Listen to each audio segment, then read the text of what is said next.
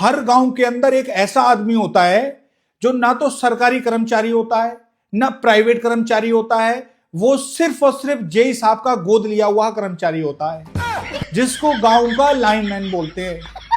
गांव के अंदर जब भी जेई साहब छापा मारने आते हैं तो इसकी भैंस की आंख सबसे आगे आगे ये प्लास लिए यही फिरता है। किसकी चोरी की जल रही है, किसकी नहीं जल रही है, किसकी पकड़वानी है, किसकी नहीं पकड़वानी है, सारा यही डिसाइड करता है।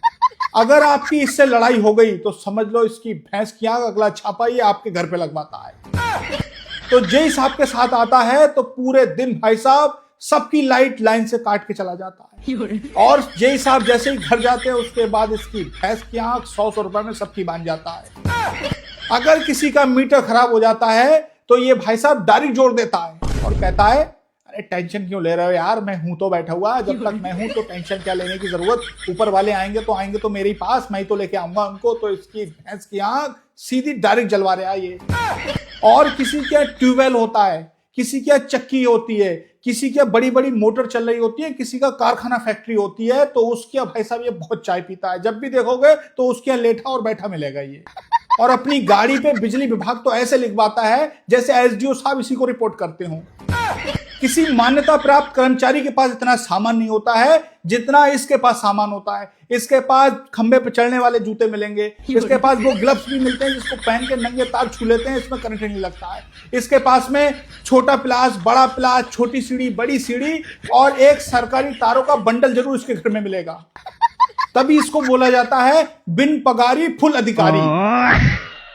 ये तो चलो मजाक की बात है यार, वीडियो एंटरटेनमेंट के लिए बनाई गई है, लेकिन ये जो लाइनमैन होता है ना गांव का, ना तो इसे सरकार से कोई पगार मिलती है, ना ही इसे प्राइवेट कोई पगार मिलती है। ये सिर्फ और सिर्फ आपके घर के काम करता है और आप इसको बदले में जो भी पैसे देते हो ये उससे अपना घर चलाता है।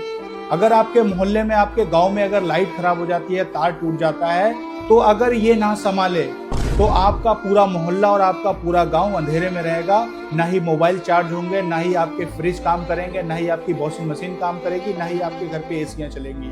तो इसकी इज्जत किया करो, ये है तभी आपके घर में रोशनी है।